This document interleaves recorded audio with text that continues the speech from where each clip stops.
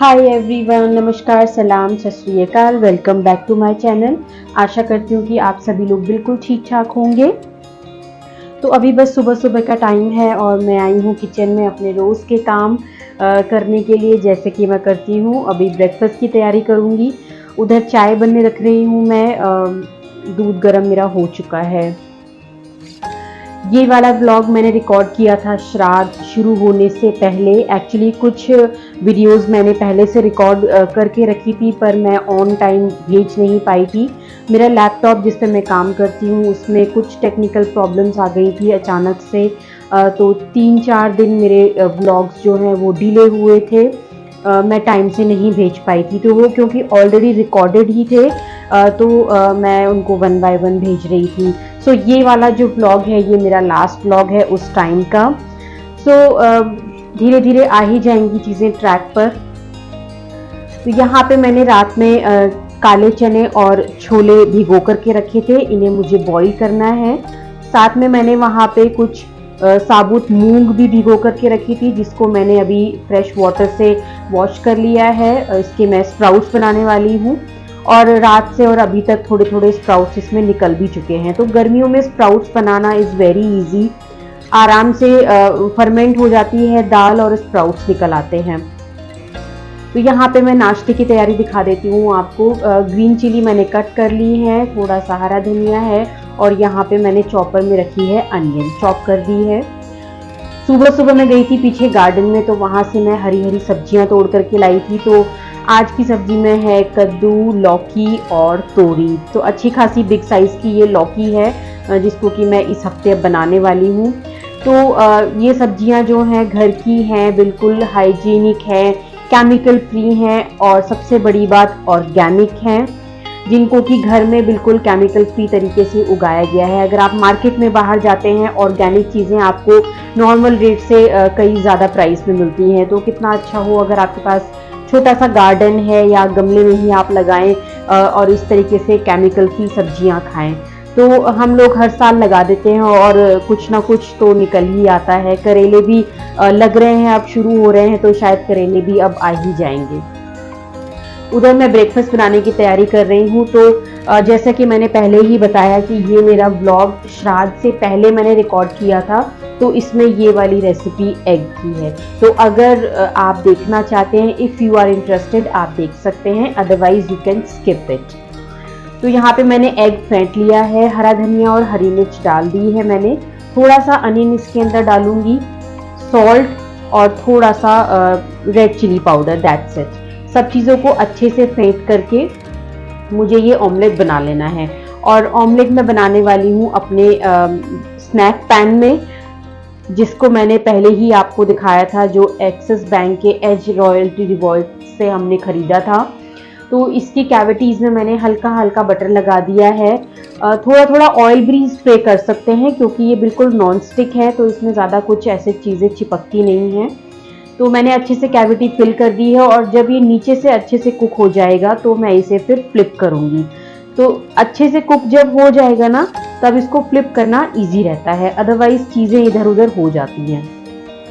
तो मैं यहाँ पे एग की छोटी छोटी पैटीज बना रही हूँ।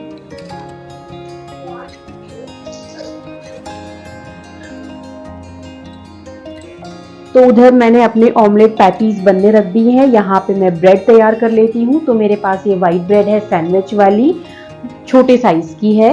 तो इसमें मैं एक एक स्लाइस पे लगाऊंगी मेयोनीज, और जो ऊपर वाले स्लाइस हैं उन पे मैं शेजवान रेड चिली सॉस लगा रही हूँ। पार्ट के स्लाइस पे मैंने टमाटो केचप लगाया था। तो बच्चे ज़्यादा तीखा पसंद नहीं करते हैं, तो उनके लिए केचप लगा सकते हैं। पार्ट के लिए मैंने केचप लगाया था और साथ में मेयोनीज मैंने सेम ही रखा था। तो दोनों चीज़ें अच्छे से स्लाइस पर स्प्रेड कर लूँगी मैं। उसके बाद जो मैंने पैटीज बनाई थी वो मैं रख दूंगी इसके ऊपर। इसमें सैलेड भी रख सकते हैं, टमाटर, प्याज और भी कुछ आपके पास सैलेड हो तो वो रख सकते हैं। तो बढ़िया सा ये वेज सैंडविच बन जाएगा हमारा, वेज एग सैंडविच। थोड़ा थोड़ा बटर मैंने लगा दिया है ऊपर से, और साइड में एक और पैन मैंने गर्म करने रख दिया था गैस पर। तो यहाँ पे बस मैं इनको अब सेक लूंगी दोनों तरफ से। बहुत इजी सा बनने वाला ये सैंडविच है, कभी भी बना के खा सकते हैं। जैसे ही आपके फेस्टिवल्स वगैरह ख़त्म हो तो आप इन्हें ट्राई कर सकते हैं। बहुत इजी बन जाते हैं, टेस्टी लगते हैं।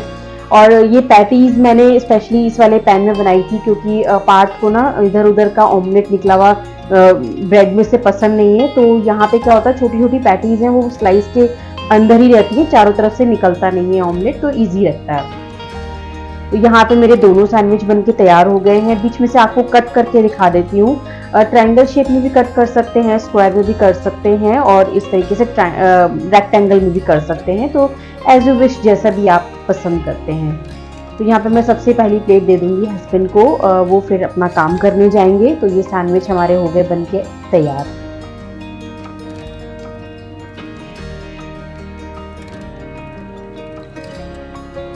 चाय भी रख दी थी मैंने साथ में, अदरक और काली मिर्च की चाय बनाई थी। आजकल ठंडा ठंडा मौसम है तो अदरक वाली चाय अच्छी लगती है।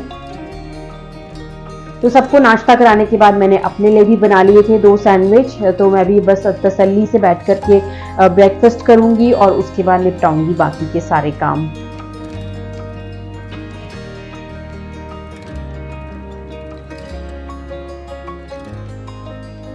उधर मैंने दूध उबलने रख दिया था। ये हाफ लीटर दूध है, 500 ml। उसमें मैंने 1 गिलास पानी मिक्स किया है। तो मैं यहाँ पे एक डेजर्ट बनाने वाली हूँ लंच के बाद खाने के लिए। तो ये दूध को मुझे बॉईल करना है अच्छे से। और मेरे पास है ये फालूदा का एक पैकेट, स्ट्रॉबेरी फ्लेवर का है ये। एक्चुअली मैं लेकर के आई थी सुपरमार्केट से, बट काफ़ी टाइम से ये रखा हुआ था और पार्थ को दिख गया था तो वो बहुत जिद पकड़ ली उसने कि ये बना ही दो, क्योंकि फिर सर्दियां शुरू हो जाएंगी, फिर 2-3 महीने फिर ऐसे ही निकल जाएंगे, फिर एक्सपायर हो जाएगा तो फिर खाने का कोई फ़ायदा नहीं है। तो इसके पीछे ना इंग्रेडिएंट्स भी लिखे रहते हैं। इसके अंदर सिवैयाँ, फालूदा मिक्स और चिया सीड्स होते हैं और साथ ही में बनाने का तरीका भी होता है कि किस तरीके से इसको बनाना है। तो बस वही इंस्ट्रक्शंस फॉलो करने होते हैं।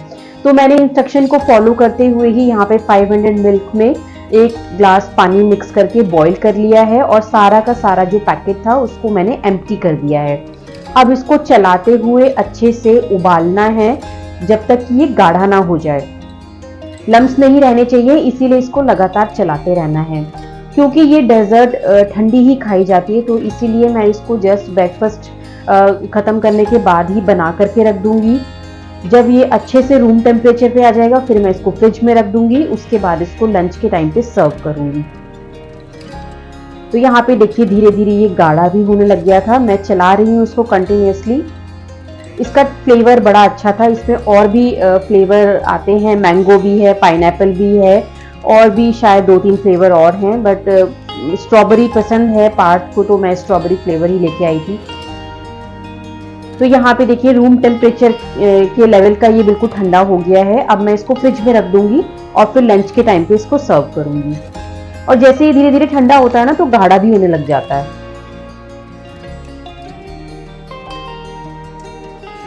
उधर बानू को भी मैं शावर देकर के लेकर के आई थी अभी और उसके नेल ट्रिम कर रही हूँ।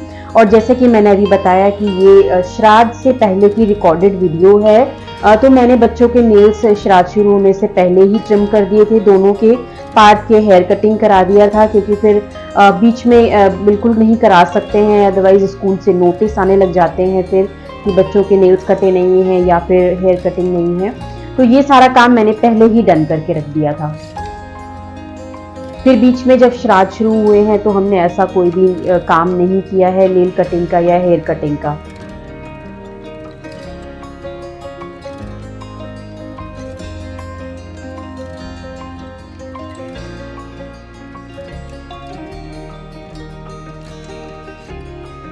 और आजकल ना बानू बहुत ही ज़्यादा कैमरा फोकस होने लग गई है।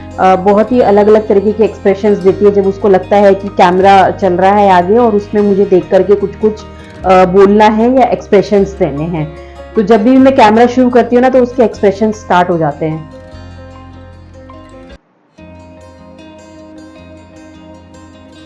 उधर फिर आ गई थी मैं क्विकली किचन में। उससे पहले भी मैंने बहुत सारे काम निपटाए हैं, डस्टिंग, क्लीनिंग वगैरह का।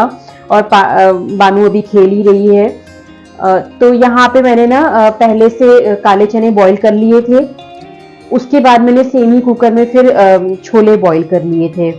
तो दोनों का एक एक पोर्शन मैं अलग से निकाल लूंगी, और बानू कुछ कुछ मुझे बोलती रहती है तो बीच बीच में उसको भी देखने जाना पड़ता है मुझे।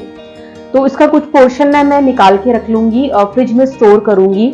हमेशा रखती हूँ मैं, कभी कभी काम आता है सैलेड बनाने के लिए, चाट वगैरह बनाने के लिए, या कभी कुछ और ना हो तो आप इसको मैश करके पराठा बना सकते हैं एक आलू मिक्स करके। तो अगर आपके पास चीज़ें रखी रहती है ना तो इजीली कुछ भी बना के आप खा सकते हैं।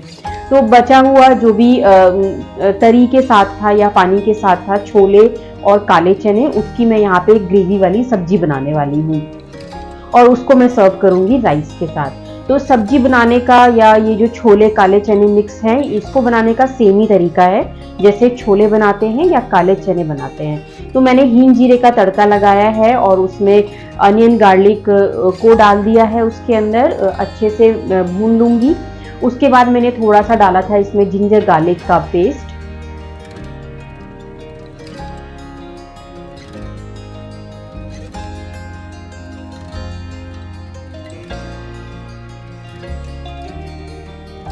उसके बाद ये सारी चीज़ें जो भुन जाएंगी, मैं सारे रूटीन के मसाले इसके अंदर ऐड करूंगी। धनिया पाउडर, रेड चिली पाउडर और टर्मरिक पाउडर, इन सबको भून लेने के बाद कुछ सेकंड्स के लिए ही भूनना है। फिर मैंने एक टमाटो की प्योरी बना करके रखी थी, उसको मैं इसमें डाल दूंगी और अब बस इस मसाले को अच्छे से भूनना है।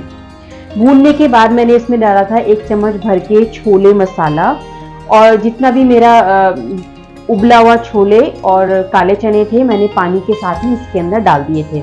बस एक विसिल लगानी है और ये डन हो जाएंगे।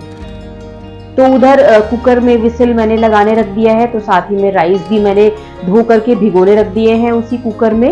अब जब तक इसमें सीटी आएगी तो 10-15 मिनट ये आराम से भीग जाएंगे।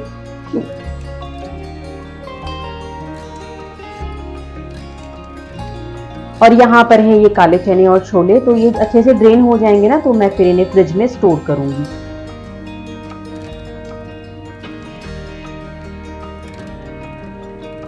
तो यहाँ पे सब्जी का हो गया था प्रेशर डाउन। हरा धनिया काट दिया था मैंने थोड़ा सा इसके अंदर, और बानू के लिए अब मैं ये थोड़ा सा ठंडा कर लूंगी। और मैंने इसमें ना पानी जितना मैंने बॉईल करते समय डाला था उतना ही रखा था, एक्स्ट्रा पानी मैंने बिल्कुल भी नहीं डाला है। थोड़ा सा मैश कर लिए थे। बानू को मैं इसको रोटी के साथ देने वाली हूँ। चावल वो बहुत ज़्यादा पसंद नहीं करती है, इवन पार्थ भी चावल पसंद नहीं करता, उसको राइस भी खाना पसंद नहीं है। तो उसको जितना चाहे रोटी दे दो, पर चावल वो हफ्ते में 1 बार या 2 ही बार खा सकता है।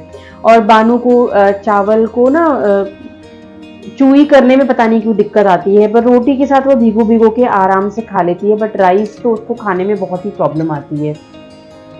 उधर हस्बैंड के लिए भी मैंने प्लेट लगा दी थी, तरी वाली सब्जी, साथ में राइस है और थोड़ी सी सैलेड है। तो ये होगा हमारा आज का लंच।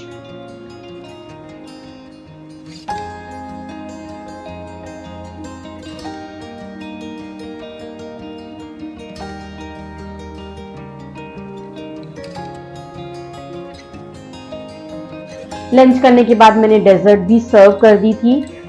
मैंने तो लंच किया नहीं था, तो मेरा तो ये डेजर्ट ही लंच हो जाएगा, क्योंकि मेरा बड़ा मन था इसको खाने का। तो मैंने दोनों ग्लासेस में डाल दिया है और ऊपर से मैं टॉपिंग लगा रही हूँ इसमें वनीला आइसक्रीम की। इसको ऐसे भी खा सकते हैं, बट आइसक्रीम के साथ ये ज़्यादा अच्छा लगता है। कोई से भी फ्लेवर की आइसक्रीम हो सकती है, बटर स्कॉच ले लो या फिर वनीला ले लो या मैंगो आइसक्रीम ले लो, बहुत ही टेस्टी लगती है।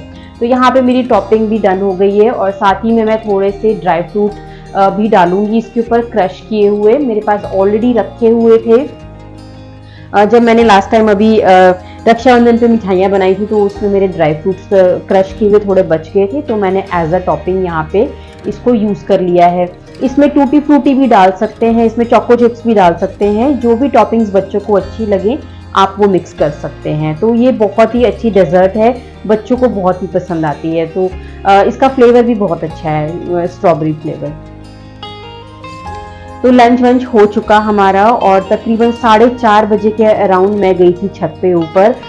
काम था मेरे पास बहुत सारा, ये गमले पेंट करने का। इतने सारे गमले हैं ना कि अगर मैं इसको शुरू नहीं करूँगी तो ये ख़त्म भी नहीं होगा। त्योहार शुरू हो जाएंगे, फिर पूरे नवरात्रे मेरे फास्ट रहेंगे, मैं बहुत ज़्यादा एनर्जी वाला काम नहीं कर सकती जिसमें ज़्यादा एनर्जी मेरी कंज्यूम हो। और फिर जैसे ही त्योहार शुरू होते हैं तो बहुत सारे वैसे भी काम होते हैं बाहर के, सामान लाना है या गेस्ट आ रहे हैं, तो इतना टाइम मिल ही नहीं पाता कि बाकी सब काम किए जाएं। तो श्राद्ध से पहले मैं कुछ काम शुरू कर दिए थे और धीरे धीरे फिर मैं उनको जैसे मुझे टाइम लग रहा था मैं करते जा रही थी। तो यहाँ पे सबसे पहला काम मैंने पकड़ा था गमले पेंट करने का, क्योंकि लास्ट टाइम ना लास्ट ईयर दिवाली पे ना मेरे सारे गमले पेंट हो ही नहीं पाए थे टाइम से, आधे ही हुए थे और आधे छूट गए थे। तो इस बार मैंने सबसे पहला यही वाला काम पकड़ा है। तो यहाँ पे मैं जो पेंट यूज कर रही हूँ ना, ये बर्जर का वेदर कोट है, टेराकोटा वाला रेड कलर का। तो ये बहुत अच्छा रहता है, गमलों पे आराम से चिपक जाता है, इसकी परत भी नहीं निकलती जो फ्लेकी फ्लेकी सा हो जाता है ना, तो वो भी नहीं होता। धूप छांव में भी जब गमले रखे रहते हैं तो उससे भी कोई इसका नुकसान नहीं होता। प्लास्टिक वाले अगर गमले हैं तो उन पे तो बहुत अच्छे से हो जाता है, मिट्टी वाले गमले में थोड़ा सा टाइम लगता है करने में, 3-4 स्ट्रोक लगाने पड़ते हैं तब वो जाकर के थोड़ा सा नॉर्मल से दिखते हैं, बट प्लास्टिक वाले गमले इजीली हो जाते हैं।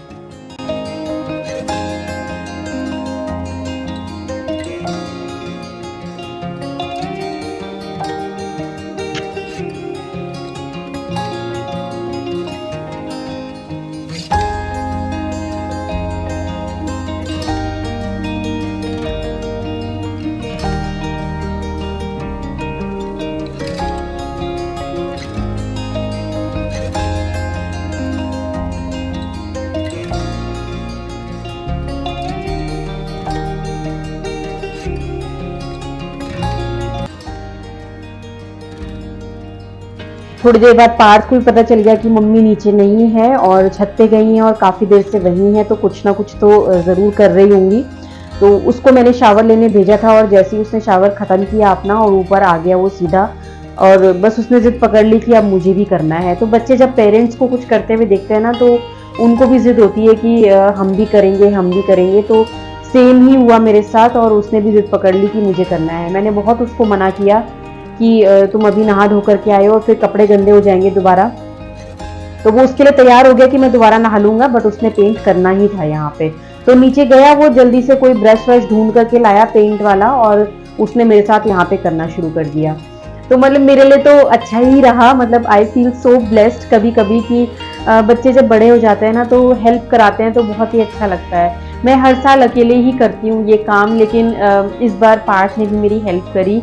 छोटे छोटे गमले उसने काफ़ी सारे पेंट कर दिए थे जिसमें शायद मुझे थोड़ा टाइम लगता और शायद मैं उन्हें छोड़ भी देती, बट यहाँ पे उसने छोटे छोटे गमले सारे पहले ही निपटा दिए और काफ़ी सारी मेरी हेल्प हो गई।